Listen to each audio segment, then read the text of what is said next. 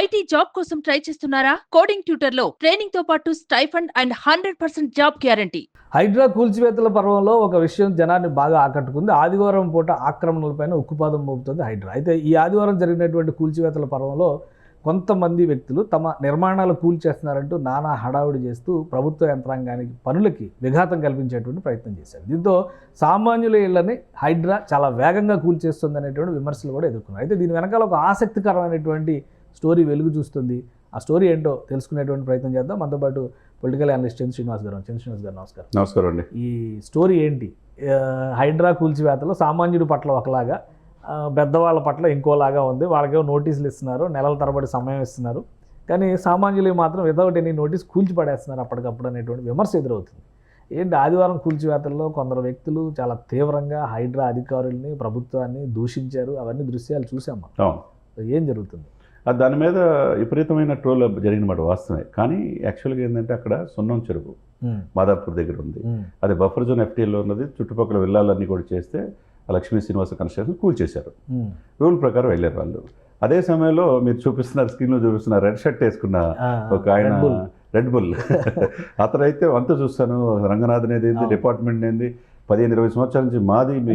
ఆయన మూవ్మెంట్, ఆయనతో పాటు 2-3 మహిళలు రియాక్ట్ అయిన విధానం అవన్నీ చూస్తే చాలా మంది పాపం అమాయకులు ఇళ్ళు కూల్ చేస్తున్నారు అని భావన కలుగుద్ది, ఆవేదన కలిగి చాలా మంది రియాక్ట్ అయ్యారు, ఎమోషనల్ అయ్యారు, మూవ్ అయ్యారు.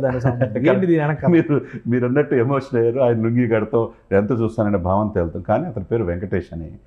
తర్వాత కానీ వీళ్ళు విచారించారు హైడ్రా, దీని ఎవరు ఉన్నారు, దీని వెనక ఎవరు ఉన్నారు.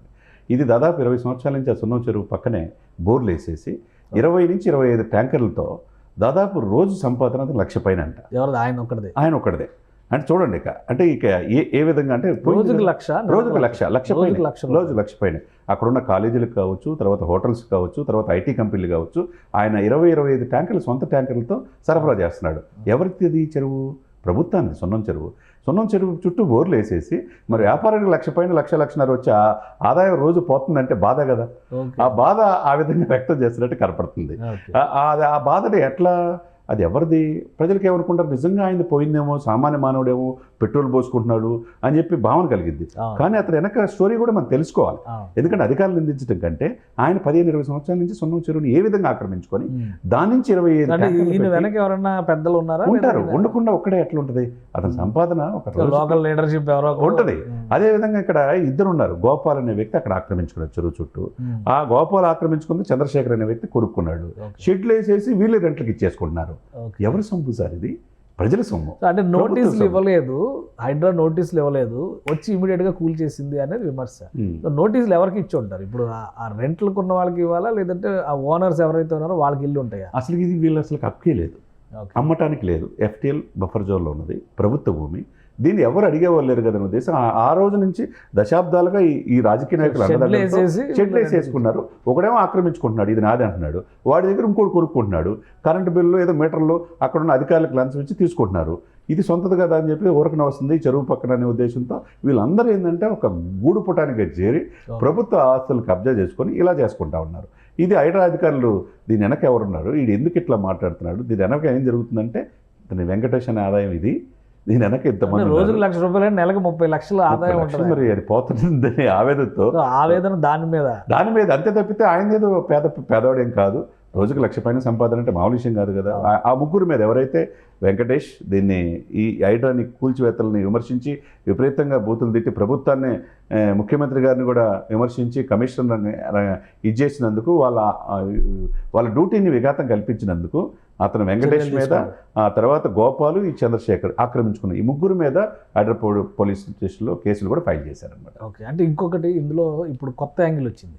ఎప్పటివరకు ఏంటంటే ఆక్రమించుకోవడం, వాళ్ళకి కావాల్సినటువంటి కట్టడాలు కట్టుకోవడం, లేదంటే ఈ కమర్షియలైజేషన్. దానిలో ఇప్పుడు చెరువులో వచ్చేటువంటి నీటిని వీళ్ళు ప్యూరిఫైర్లు ఏవో పెట్టి మొత్తానికి లాగేస్తున్నారు. దాన్ని ఒక వ్యాపారంగా మార్చుకుంటున్నారు. అంతే కదా. సో ఇప్పుడు హైదరాబాద్ చుట్టుపక్కల ఉన్న చాలా చెరువుల్లో ఇలా జరుగుతుందని అనుకోవచ్చు. డెఫినెట్గా జరుగుతుంది. ఇప్పుడు మాకు ప్రగతి నగర్ చెరువు ఉంది. ప్రగతి నగర్లో కూడా నీళ్లు కొన్ని ప్లేసులు రావు. ఈ ట్యాంకర్లు పెట్టుకుని విపరీతంగా ట్యాంకర్లు ప్రతి అపార్ట్మెంట్కి సప్లై చేస్తుంటారు. ఇది ఒక్క ప్రగతి నగర్కి పరిమితం కాల, మాదాపూర్ సున్నం చెరువుకే పరిమితం కాల. లేకపోతే ఇక్కడున్న నాగార్జున గారు మొన్న అది కొట్టేసిన తమ్మిడిగుంట చెరువు కాబట్టి. అంటే జంట నగరాల్లో ఉన్న చెరువులు ఒకప్పుడు లేక్ సిటీ అనేవాళ్ళు సార్. ఇప్పుడు ఆ లేక్ సిటీ సార్ లేక్లే కనపడకుండా పోయింది.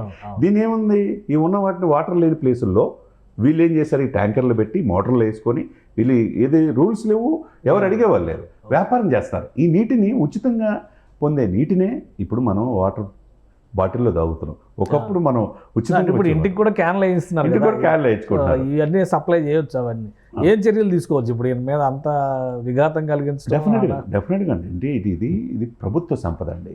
జిహెచ్ఎంసీ అధికారులు, మిగతా ఇరిగేషన్ అధికారులు, అన్ని అధికారులు కూడా కలిసి ఇట్లా ఇంకా ఎన్ని చెరువులు ఉన్నాయి, మీరు అన్నట్టు ఎన్ని చెరువులు ఉన్నాయి, ఎన్ని చెరువులు ఆక్రమణ గురైనాయి, ఎన్ని చెరువు మోటార్లు వేసి ఇలా వాటర్ని ఉచితంగా ఇచ్చే వాటర్ని వ్యాపారం చేసి లక్షల్లో సంపాదించుకున్నారు అనేది డెఫినెట్గా ప్రజల సంపద. కాబట్టి దీన్ని ప్రజలకి ఇబ్బంది కలిగించి ఉచితంగా వచ్చేదాన్ని అమ్ముతుంటే ట్యాంకర్లతో రూపాన ఐటీ కంపెనీలకు వాళ్ళకేమో డబ్బులు ఉంటాయి, హాస్టల్స్కి, హోటల్స్ అవసరం కదా, నీరు కదా, రోజువారీ అవసరం కదా. కాబట్టి మున్సిపాలిటీ సిబ్బంది ఇస్తుంది సార్.